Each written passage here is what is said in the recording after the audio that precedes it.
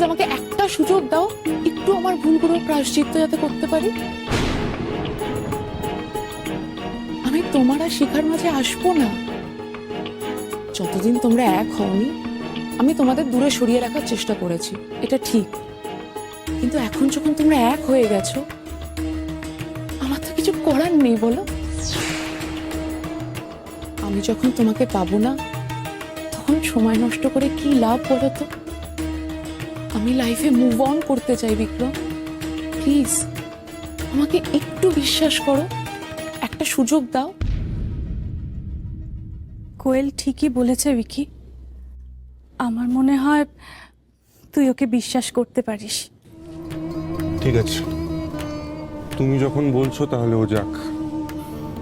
Thank you Vikram, আমি এক্ষুনি যাব, গিয়ে তোমার বউকে নিয়ে আসবো।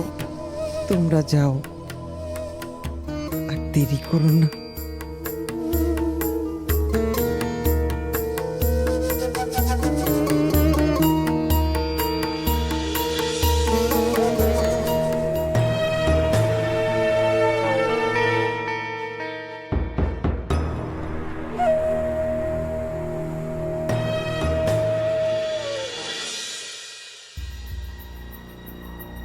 তুই তো জানিস তোর থেকে বিক্রমকে কেড়ে নিতে ও কত অন্যায় কাজ করেছে।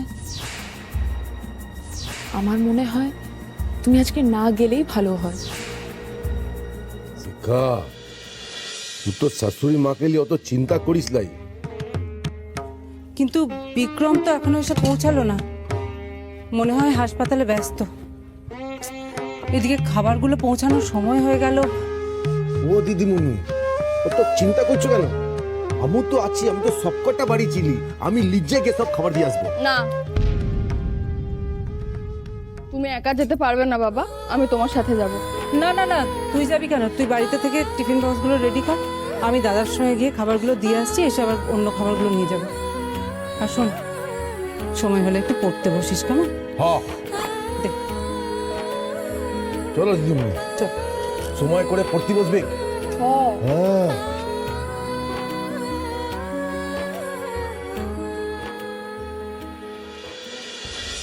ভিকি বাবু এখনো আসছে না কেন? ওনার মায়ের শরীরটা কি ভালো নেই? আমি কোয়েলের কথা শুনে না গিয়ে কি ঠিক করলাম? ভিকি বাবু আমাকে ভুল বুঝলো না তো?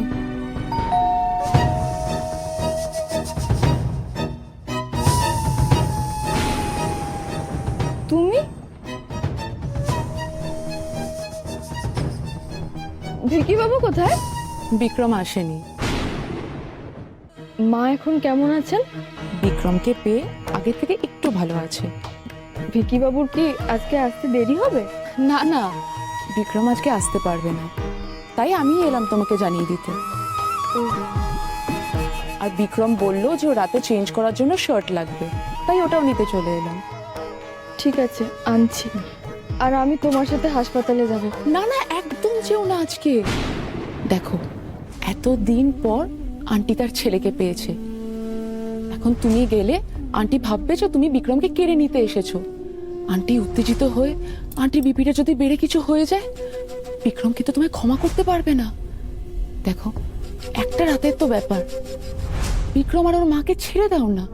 আচ্ছা, ওখানে আর কে কে আছে? বিক্রমের বাবা, নন্দ আঙ্কেল, সুকুমার আঙ্কেল, বড় বৌদি সবাই আছে। দিদিমণির সন্দেহ ঠিক হলেও সবাই যখন আছে তখন কোয়েল কিছু করতে পারবে না। কি ভাবছো? তোমার স্বামীর শার্ট নিতে এসেছি, তোমার স্বামীকে কেড়ে নিতে আসিনি। এই যে জামা, তুমি দাঁড়াও, আমি খাবারটা দিয়ে দিই, কেমন? আচ্ছা, হাসপাতালে তো শুনেছি অনেক লোকই আছে, তাহলে কারো একটা মোবাইল ফোন থেকে আমার সাথে ভিকি বাবুর একটু কথা বলিয়ে দেবে? দেখেছো, ফোনের চার্জটাই পুরো শেষ হয়ে গেছে। আমি একটা কাজ করি, আমি হসপিটালে গিয়ে আমার ফোনটাকে চার্জ দিয়ে প্রতিটি ম্যাডামকে ফোন করে তোমার সাথে বিক্রমের কথা বলিয়ে দেবো, ঠিক আছে?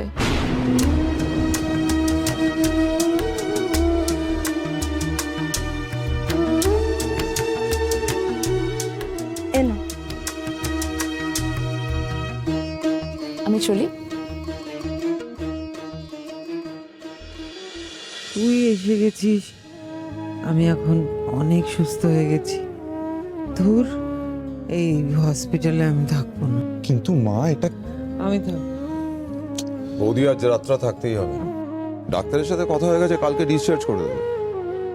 আর কিছুদিন মেডিসিনটা চলবে। না, আমার সব রোগের ওষুধ আমার বিকি। ও, তাহলে তুমি এখন সুস্থ বোধ করছো? হ্যাঁ বিক্রম, তাহলে তোর এখন থাকার দরকার নেই, তুই চলে যা, আমি আছি। না, বিকি কোথাও যাবে না, বিকি এখানেই থাকবে। শিখা চিন্তা করবে তো, তাই? কিন্তু শিখা তো এখানেই আসছে। শিখা এখানে আসছে? ওই তো কোয়েল এসে গেছে। শিখা কোথায়? শিখা আসেনি? ও নিশ্চয়ই লজ্জায় বাইরে দাঁড়িয়েছে, আমি দেখছি। বিক্রম, শিখা আসেনি। আসেনি মানে কেন? আমি কি করে বলবো বলো তো? আমি তোকে অনেক করে বললাম, কিন্তু আসতেই চাইলো না।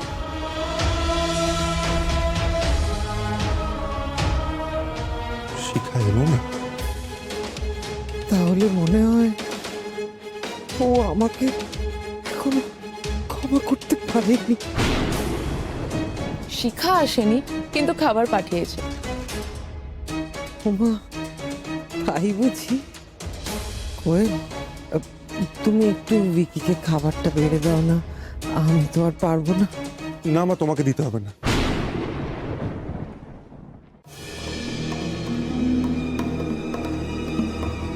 খেয়ে দেখো আন্টি, খুব টেস্টি মনে হচ্ছে।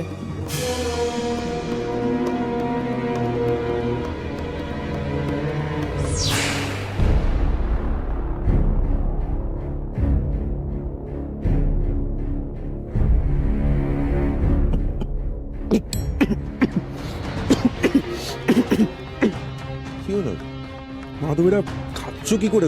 ফেলে দাও। কেন? খাওয়াটা তো পুরো নুনে পোড়া। ও এরকম একটু হয়ে যায় মাঝে মাঝে, রোজ কি আর সবার পক্ষে একরকম রান্না করা সম্ভব? কিন্তু মা, এই খাবারটা খেলে তোমার শরীর আরো খারাপ করবে। না না, তুই এসব বুঝবি না। বৌমার হাতের রান্না খেতে মাদের যে কি ভালো লাগে। বিকি, আমি না হয় মা, আমি এই খাবারটা খেয়ে নিলাম, কিন্তু যারা টাকা দিয়ে অর্ডার করবে এই খাবার তো তারা খাবে না। হোম ডেলিভারির ব্যবসা কি করে চালাবি তোরা? শিখা এরকম রান্না করলো কি করে? সত্যি তো লোকে খেতে পারবে না। তোমরা বসে পড়ো, আমি তোমাদের খাবার দিচ্ছি। দাদা অসুস্থ, দাদা আগে খেয়ে নি, বিক্রম এলে আমরা একসঙ্গে খাবো। বিকি বাবু আজ রাতে বাড়ি আসবে না দিদিমণি। ফিরবে নাই মানে? কোথায় থাকবে? হাসপাতালে মায়ের কাছে। তুই কি করে জানলি বিক্রম আসবে না? কোয়েল খবর দিতে এসেছিল। আমি কোয়েলের হাতে ভিকি বাবু রাতে পরার জামাটা আর খাবার পাঠিয়ে দিয়েছি। ভালো করেছিস।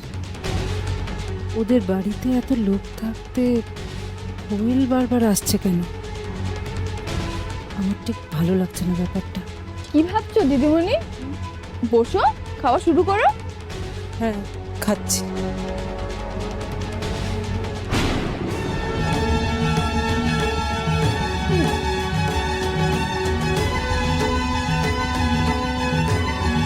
কি হয়েছে বাবা?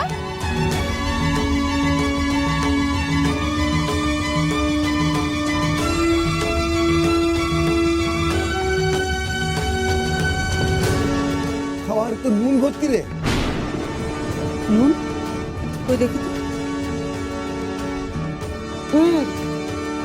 সত্যি তো খাবারটা খুব নুনে পোড়া।